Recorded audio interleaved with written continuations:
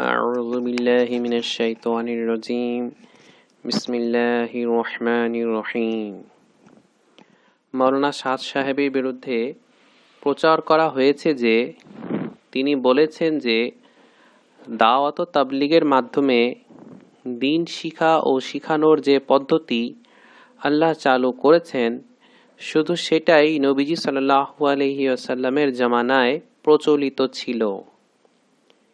এটা ছাড়া কিতাবী পদ্ধতিতে দ্বীন শিক্ষা ও শিখানোর যে পদ্ধতি বা তরিকা বর্তমানে চালু আছে সেটা নবীজি সাল্লাল্লাহু আলাইহি ওয়াসাল্লামের জামানার পদ্ধতি নয়।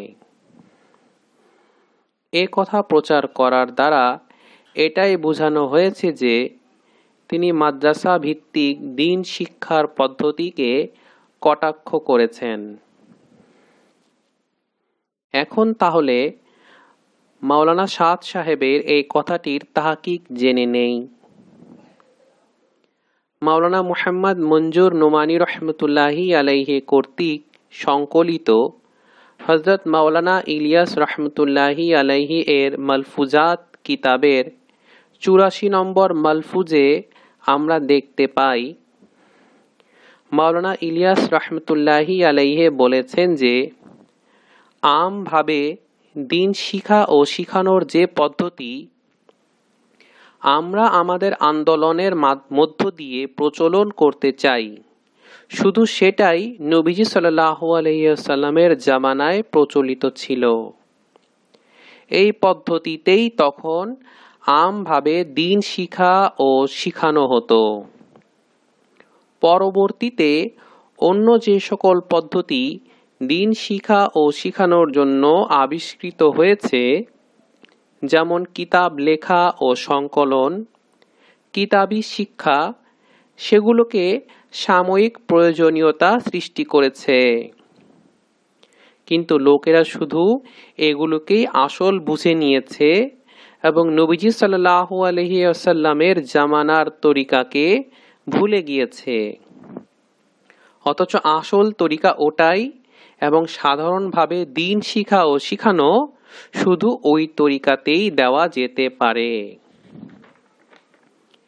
এখান থেকে আমরা বুঝতে পারি যে ইলিয়াস রহমতুল্লাহি আলাইহি নিজেই বলেছেন যে দাওয়াত ও তাবলীগের মাধ্যমে যে পদ্ধতিতে দ্বীন শিক্ষা ও শিখানো হয় সেটাই শুধু নবীজি সাল্লাল্লাহু আলাইহি ওয়াসাল্লামের জামানায় প্রচলিত ছিল।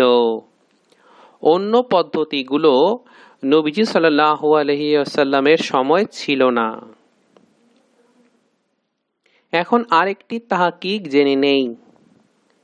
মাওলানা সৈয়দ আবুল হাসান আলী নদভী রহমতুল্লাহি আলাইহি কর্তৃক লিখিত মাওলানা মুহাম্মদ ইলিয়াস রহমতুল্লাহি আলাইহি ও তার দ্বীনি দাওয়াত কিতাবের 271 নং পৃষ্ঠায় আমরা দেখতে পাই যে নদভী রহমতুল্লাহি আলাইহি মাওলানা ইলিয়াস রহমতুল্লাহি আলাইহি সম্পর্কে লিখেছেন, ইলম সম্পর্কেও হযরত মাওলানার অর্থাৎ মাওলানা ইলিয়াস রহমতুল্লাহি আলাইহির চিন্তা গবেষণা এই ছিল যে দ্বীনের এলেম ও শিক্ষা ব্যবস্থাকে কিতাবের পাতায় ও মাদ্রাসার সীমানায় আবদ্ধ করাটা হলো পরবর্তী যুগের তরিকা, যা প্রকৃতপক্ষে উম্মতের বিরাট অংশকে দ্বীনি এলেমের মহান সম্পদ থেকে বঞ্চিত করারই নামান্তর।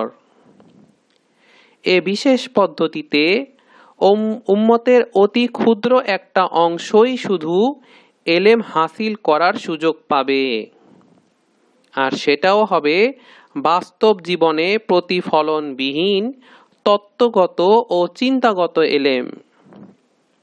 পক্ষান্তরে দ্বীন শিক্ষা ও শিখানোর স্বাভাবিক ও সার্বজনীন তরিকা, যার দ্বারা লক্ষ মানুষ বিশেষ সাজ সরঞ্জাম ছাড়া অল্প সময়ে দ্বীনের শুধু এলেম নয় বরং স্বয়ং দ্বীনও হাসিল করতে পারে, সেটা হলো সান্নিধ্য ও সংস্পর্শ লাভ এবং আপন পরিবেশ থেকে বের হয়ে একসাথে আমল ও মেহনতে অংশগ্রহণ। এখানেও আমরা দেখতে পাই যে মাওলানা ইলিয়াস রহমতুল্লাহি আলাইহি বলেছেন যে মাদ্রাসার এলেম শিক্ষা ব্যবস্থা হচ্ছে নবীজি সাল্লাল্লাহু আলাইহি ওয়াসাল্লামের পরবর্তী যুগের তরিকা, আর উত্তম তরিকা হচ্ছে আপন পরিবেশ বা মহল থেকে বের হয়ে তথা আল্লাহর রাস্তায় বের হয়ে একসাথে আমল ও মেহনত করা। আর এই কিতাবটির বাংলা অনুবাদ করেছেন মাওলানা আবু তাহের মিসবাহ সাহেব। অথচ উক্ত কথাটি যখন মাওলানা সাদ সাহেবের বিরুদ্ধে প্রচার হয়েছে, তখন কথাটি যে মূলত মাওলানা সাদের নয়, বরং মাওলানা ইলিয়াস রহমতুল্লাহি আলাইহি এর, তা প্রকাশ করা হয় নাই। কারণ এটা বলে ফেললে সাধারণ মানুষ তখন আর মাওলানা সাদকে খারাপ ভাববে না। এখান থেকে আমরা বুঝতে পারি যে মাওলানা সাদের বিরুদ্ধে যে কথাটি প্রচার হয়েছে তা আমানতদারির সাথে হয়নি, বরং এখানে খিয়ানত হয়েছে। কথাটির হাকিকত লুকিয়ে সাধারণ মানুষের চোখে দোষী সাব্যস্ত করার জন্য এই অপপ্রচার হয়েছে।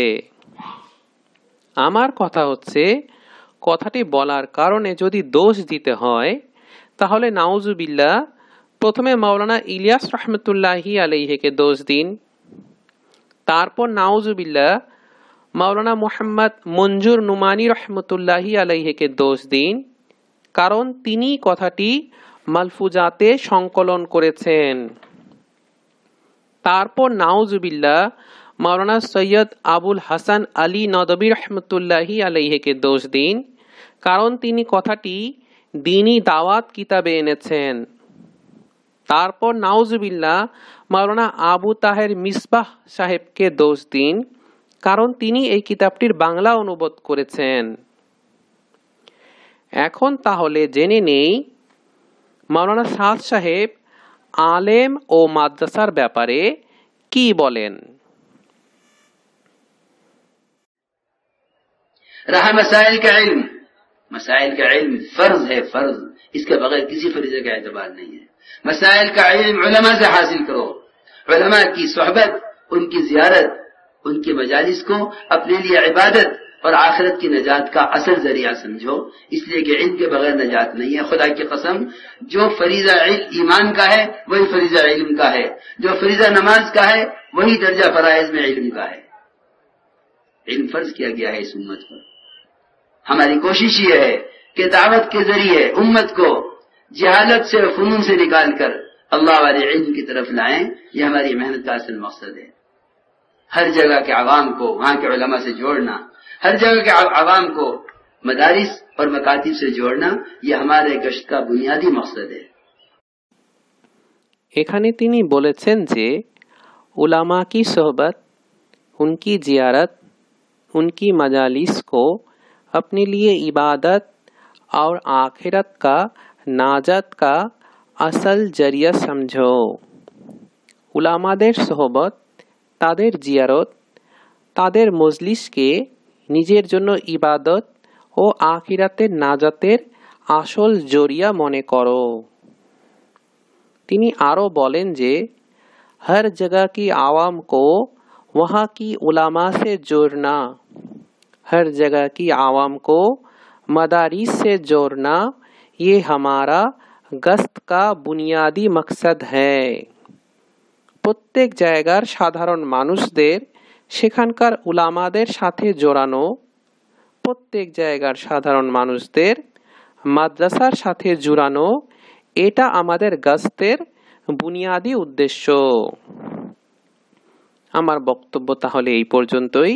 সুবহানাল্লাহি ওয়া বিহামদিহি, সুবহানাকাল্লাহুম্মা ওয়া বিহামদিকা, আশহাদু আল্লা ইলাহা ইল্লা আনতা, আস্তাগফিরুকা ওয়া আতুবু ইলাইক।